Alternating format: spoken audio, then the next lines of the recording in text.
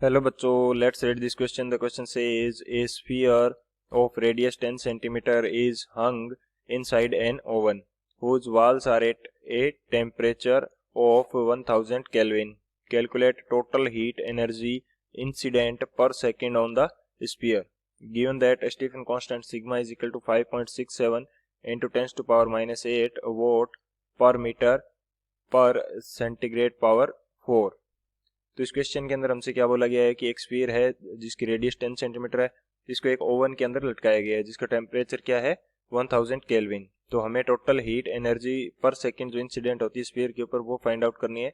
तो बात करते हैं की कंसेप्ट की. की कंसेप्ट की यदि बात की जाए तो की कंसेप्ट इस क्वेश्चन के लिए क्या यूज होगा, हम यूज करेंगे स्टीफन्स लॉ. की कंसेप्ट के रूप में हम क्या यूज करेंगे, स्टीफन्स लॉ का हम यूज करेंगे.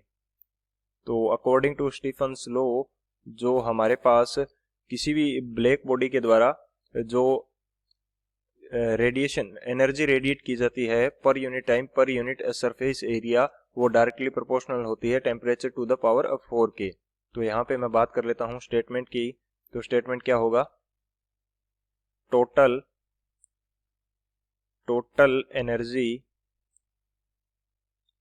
Energy emitted by a black body perfectly black body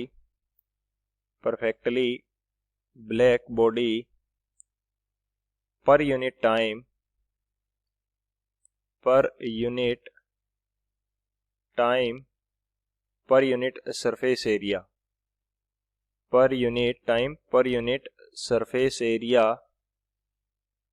is directly proportional to temperature to the power 4. Directly proportional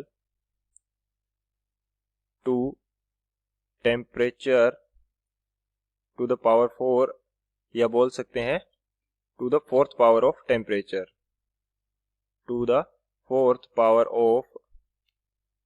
temperature. यानी कि टेम्परेचर के फोर्थ पावर के क्या होता है, डायरेक्टली प्रोपोर्शनल होता है.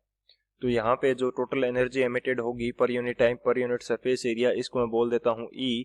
ये डायरेक्टली प्रोपोर्शनल होगा टेम्परेचर टू द पावर 4. तो ये टेम्परेचर टू द पावर 4 के डायरेक्टली प्रोपोर्शनल हो गया. जब प्रोपोर्शनलिटी का सिंबल हटाएंगे तो यहाँ पे कांस्टेंट आएगा. तो जो कांस्टेंट होता है उसको हम क्या बोलते हैं, स्टीफन कांस्टेंट सिग्मा. ये क्या आ जाएगा, Stefan constant sigma into temperature to the power 4. ये होता है परफेक्टली ब्लैक बॉडी के लिए.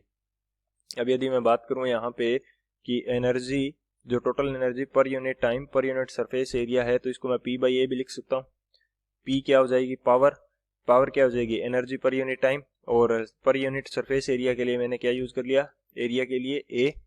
P बाई ए क्या किसको रिप्रेजेंट करेगा, total energy per unit time per unit surface area को. तो इसकी वैल्यू किसके इक्वल हो जाएगी, sigma into T to the power 4.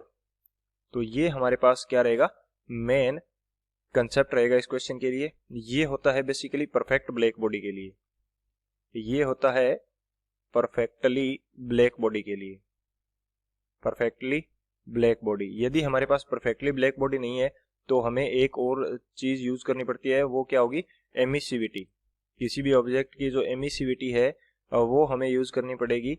तो ये हमारा फॉर्मूला चेंज होकर क्या आ जाएगा, sigma into e into temperature to the power 4.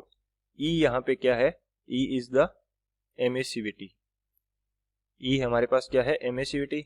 लेकिन इस क्वेश्चन के अंदर जो हमारे पास एमिसिविटी की वैल्यू दी नहीं है, तो हम इसको क्या मान के चलेंगे, परफेक्ट ब्लैक बॉडी मान के चलेंगे. तो अब बात करते हैं सॉल्यूशन की. सॉल्यूशन की यदि बात की जाए तो हमें क्या फाइंड आउट करना है इस क्वेश्चन के लिए, हमें फाइंड आउट करना है टोटल हीट एनर्जी इंसिडेंट पर सेकेंड.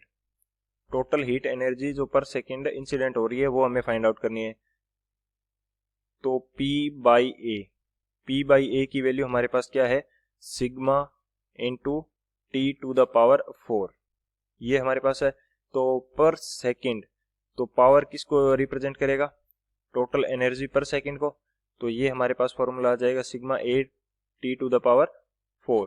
सिग्मा की वैल्यू हमारे पास क्या है 5.67 into 10 to the power -8 into area. Area की वैल्यू हमें क्या दी है क्वेश्चन के अंदर? क्वेश्चन के अंदर हमें रेडियस गिवन है, तो रेडियस से हम स्फीयर के लिए एरिया फाइंड आउट कर सकते हैं। तो एरिया की वैल्यू हमारे पास क्या हो जाएगी 4πr² into temperature to the power 4। Temperature हमें क्या गिवन है? टेम्परेचर हमें दे रखा है इस क्वेश्चन के अंदर 1000 केल्विन। तो हम यहाँ से सबसे पहले तो एरिया फाइंड आउट कर लेते हैं। रेडियस हमें गिवन है 10 सेंटीमीटर, तो एरिया हमारा कितना आ जाएगा 5.67 into 10 to the power -8 into 4। Pi की वैल्यू हमारे पास हो जाएगी 22.7 इंटू आर। 10 सेंटीमीटर रेडियस है, तो इसको मीटर के अंदर यदि चेंज करें तो ये हमारे पास आ जाएगा 10 इंटू 10 टू द पावर -2, इसकी पावर 2 आ जाएगी, इंटू टेम्परेचर हमें दिया 10 टू द पावर 3 और इसकी पावर हमारे पास आ जाएगी 4। तो यहाँ से जब इसको सॉल्व करेंगे तो एनर्जी जो एमिटेड है पर सेकेंड वो हमारे पास आ जाएगी। ये वैल्यू हमारे पास कितनी आएगी इसको सॉल्व करने के पश्चात? ये वैल्यू हमारे पास आ जाएगी 7128 जूल। 7128 जूल पर सेकेंड, इतनी एनर्जी ये एमिट करेगा पर सेकेंड। 7128 जूल प्रति सेकेंड के हिसाब से ये एनर्जी रेडिएट करेगा। तो ये हमारा फाइनल आंसर हो जाएगा। So this is the final answer. You understood it well.